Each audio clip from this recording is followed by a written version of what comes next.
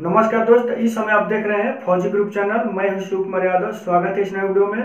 आज हम लोग पढ़ेंगे प्रस्तावना एवं उद्देशिका, क्योंकि प्रस्तावना संविधान का ऐसा सब्जेक्ट है कि इसके बारे में हम लोग समझेंगे तो आने वाले जितने संविधान के संबंधित जो भी चैप्टर होंगे उनको पूर्ण रूप से हम लोग समझ सकेंगे। अगर वीडियो अच्छा लगे तो इसको लाइक करें, शेयर करें, सब्सक्राइब जरूर करें।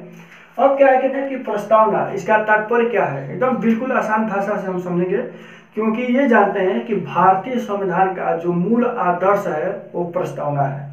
भारतीय संविधान का मूल आदर्श प्रस्तावना है, और वो आदर्श को अगर किसी भाषा से अगर प्रस्तुत करते हैं वो प्रस्तावना के माध्यम से करते हैं। यहाँ तक क्लियर। और क्या है उद्देशिका, तो उद्देशिका से तात्पर्य क्या है, क्योंकि हम जानते हैं कि जो भारतीय संविधान है तो भारतीय संविधान का निर्माण भारतीय संविधान सभा द्वारा किया गया। तो थोड़ा भारतीय संविधान सभा के बारे में समझ लेते हैं, क्योंकि 9 दिसंबर 1946 को भारतीय संविधान सभा का प्रथम बैठक हुआ, जिसमें अस्थायी के रूप में, मतलब अस्थायी अध्यक्ष के रूप में डॉक्टर सत्यनारायण सिन्हा को बनाया गया। क्लियर। यानी 2 दिन बाद, यानी 11 दिसंबर 1946 को, मतलब अस्थायी अध्यक्ष डॉक्टर राजेंद्र प्रसाद को बनाया गया। यहाँ याद रखें। तो ये जो है कि उतना महत्वपूर्ण नहीं है। प्रस्तावना के लिए महत्वपूर्ण क्या है इसके बारे में समझते हैं, क्योंकि 2 दिन बाद यानी 13 दिसंबर, यहाँ 2 दिन का गैप है। यहाँ याद रखें कि 2 दिन का गैप है, आप पूर्ण रूप से इसको समझ लेंगे। और क्या है कि 13 दिसंबर 1946 को जवाहरलाल नेहरू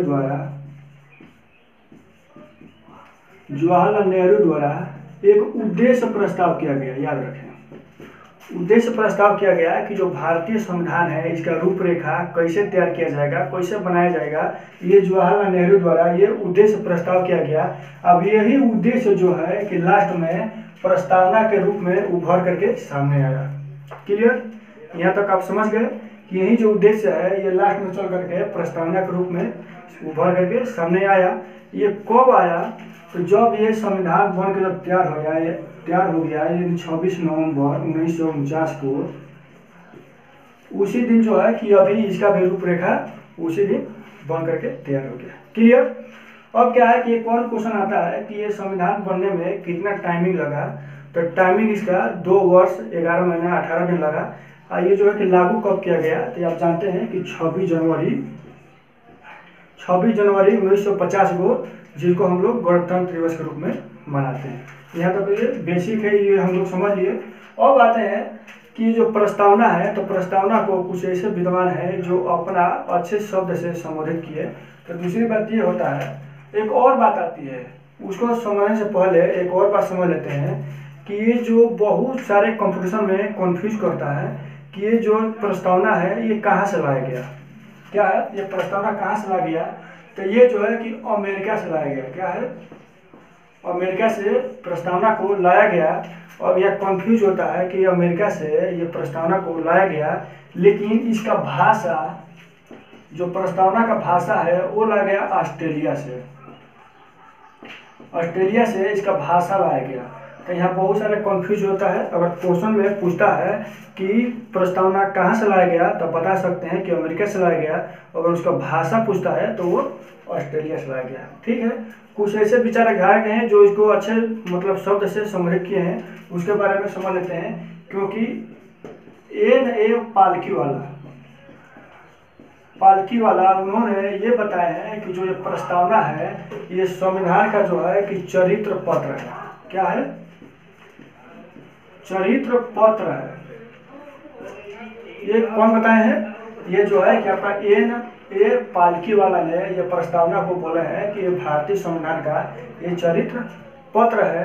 अब एक और विचारधारक हैं, थोड़ा उनके भी बारे में समझ लेते हैं कि उन्होंने क्या किया है। एक आते हैं आपका औलावादी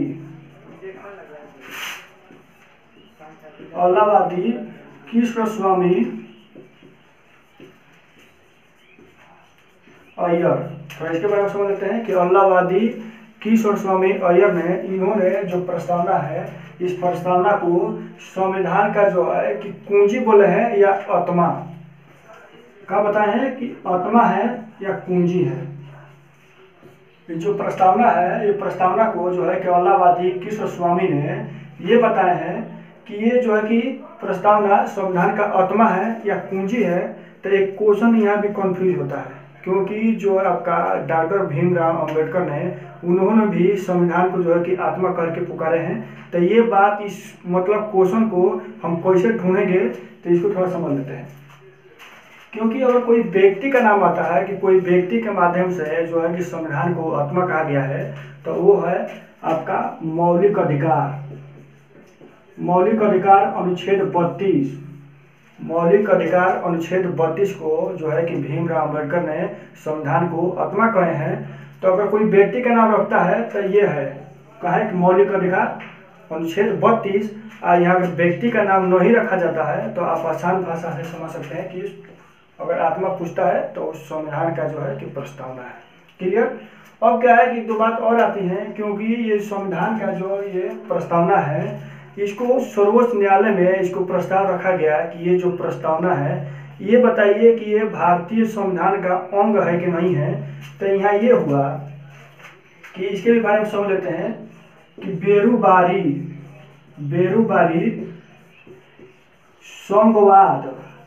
संघवाद यानी 1960, बेरूबारी संघवाद 1960, ये सर्वोच्च न्यायालय का स्टेटमेंट आया। ये प्रस्तावना जो है कि भारतीय संविधान के अंग नहीं है, इसमें संशोधन नहीं किया जाएगा। ये जो है कि बेरूबारी संघवाद 1960 में सर्वोच्च न्यायालय का स्टेटमेंट है। अब क्या होता है कि अब आता है, एक बात और समझ लेते हैं कि केशवा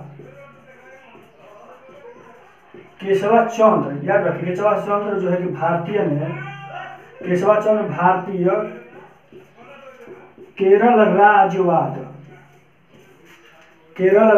यानी 1973। तो 1973 में ये जो है कि केशवा चंद्र भारतीय केरल राज्यवाद 1973 में ये सर्वोच्च न्यायालय अपना फिर दूसरा का स्टेटमेंट दिया कि ये जो है कि ये प्रस्तावना जो है कि भारतीय संविधान के अंग हैं, इनको संशोधन किया जा सकता है, लेकिन जो पहले से इसमें सम्मिलित हैं उनको छेड़छाड़ नहीं किया जाएगा। क्लियर। जो पहले से इसमें दर्शा दिए गए हैं उनको छेड़छाड़ नहीं किए जाएंगे। ये जो है कि आपका केशवा चंद्र भारतीय केरल राज्यवाद 1973 में सर्वोच्च न्यायालय का स्टेटमेंट रहा। ये आने के बाद अब क्या होता है कि 42वें संविधान संशोधन, याद रखें यहाँ थोड़ा लिख गए हैं कि 42वें संविधान संशोधन में इनको जो है कि इसमें जो प्रस्तावना है इसमें 3 शब्द शामिल किया गया। यानी 42वें संविधान संशोधन यानी 1976 में 3 शब्द शामिल किया गया। वो कौन कौन शब्द है? समाजवाद, पंथ निरपेक्ष, और क्या है अब जो तीसरा जो भाषा आता है तो समाजवाद, उसके बाद पंथ निरपेक्ष और अखंडता।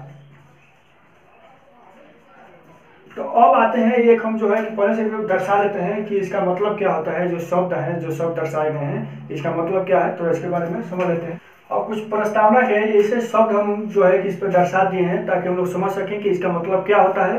तो अब आते हैं जैसे प्रस्तावना का ये संविधान के स्रोत, तो इसमें है कि हम भारत के लोग ये जानता। इसका मतलब ये है कि जो संविधान है वो सबसे बड़ा है, और संविधान का जो शक्ति है वो देश के नागरिक हैं। इसके माध्यम से संविधान जो देश के जो प्रशासनिक व्यवस्था है उस पर अपना प्रभुत्व जमा सकते हैं।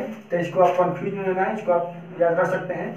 और दूसरा का है स्वरूप, तो स्वरूप में ये आते हैं कि संपूर्ण प्रभुत्व और संपन्न, देश खुद स्वतंत्र है, ये किसी बाह्य या आंतरिक जो है कि निर्णय के लिए तत्पर नहीं है, ये खुद अपना निर्णय ले सकता है, ये स्वतंत्र है। तो इसका मतलब ये होता है। अब आता है समाजवाद, समाजवाद का मतलब ये होता है कि देश में एक से समाजवाद है कि जो सब एक सामान्य है, इस पर कोई हस्तक्षेप नहीं हो सकता है। अब है पंथ निरपेक्ष, इसके भी मतलब समझ लेते हैं कि पंथ निरपेक्ष मतलब ये होता है कि देश में जितने भी राज्य हैं या देश हैं इनका कोई धर्म नहीं है, उस देश के या राज्य के नागरिक अपना धर्म अपना सकते हैं। अब आते हैं लोकतंत्र, तो लोकतंत्र में ये हम समझ लेते हैं कि लोकतंत्र यानी जनता के द्वारा जनता के लिए जनता की सरकार। तो ये साधारण भाषा है कि जनता के लिए, जनता के द्वारा, जनता की सरकार, ये लोकतंत्र के माध्यम से ये होते हैं। अब आता है गणतंत्र। तो गणतंत्र के बारे में समझते हैं कि गणतंत्र ऐसा होता है कि अपना वंशगत जो है, इसमें निर्णय होता है कि वंशगत, जैसे होता है कि राजतंत्र। राजतंत्र में ये था कि जो राजा है उस राजा का लड़का राजा बन सकता है, लेकिन गणतंत्र है इसमें जो है वंशगत समस्या नहीं है। इसमें यह है कि किसी भी प्रत्यक्ष या अप्रत्यक्ष रूप से ही चुने जाने वाले ही व्यक्ति राज्य करेंगे। ऐसा नहीं है कि जो शासन करते हैं उनके लड़के शासन करेंगे, ऐसा नहीं है। ये गणतंत्र है। अब आते हैं उद्देश्य। उद्देश्य में न्याय क्या है इसके बारे में समझ लेते हैं कि जो प्रस्तावना का न्याय है उद्देश्य में, तो इसमें ये होता है कि इसमें 3 कड़ी होती है। अगर चौथा कड़ी जुड़ता है तो बहुत सारे कंपटीशन में पूछता है कि जो प्रस्तावना का जो न्याय है उसमें क्या है। तो इसमें ये होता है कि धार्मिक न्याय, उसके बाद आर्थिक न्याय, उसके बाद राजनीतिक न्याय। अगर इसमें चौथा कोई जुड़ता है तो वो गलत है, वो है आपका धार्मिक न्याय। ठीक है, धार्मिक न्याय। तो इसको थोड़ा कंफ्यूज नहीं होना है, बहुत सारे कंपटीशन में पूछता है कि ये बताइए कौन इसका अंग नहीं है। तो ये जो है कि आपका धार्मिक जो है कि न्याय, इसमें अंग नहीं है, ये जो है आपका पंथनिरपेक्ष है। अब आता है स्वतंत्रता समानता। इसका मतलब ये है कि देश के नागरिक स्वतंत्र है और देश के नागरिक अपने स्वतंत्रता के रूप में अगर विकास करते हैं तो देश का विकास होगा। इसका मतलब ये है।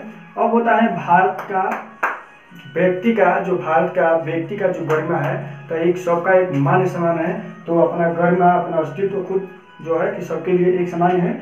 अब आता है राष्ट्रवाद का एकता और अखंडता का बंधुत्व। तो ये भी इसमें सम्मिलित है। तो ये जो है कि प्रस्तावना का कुछ ये सब्जेक्ट रहे।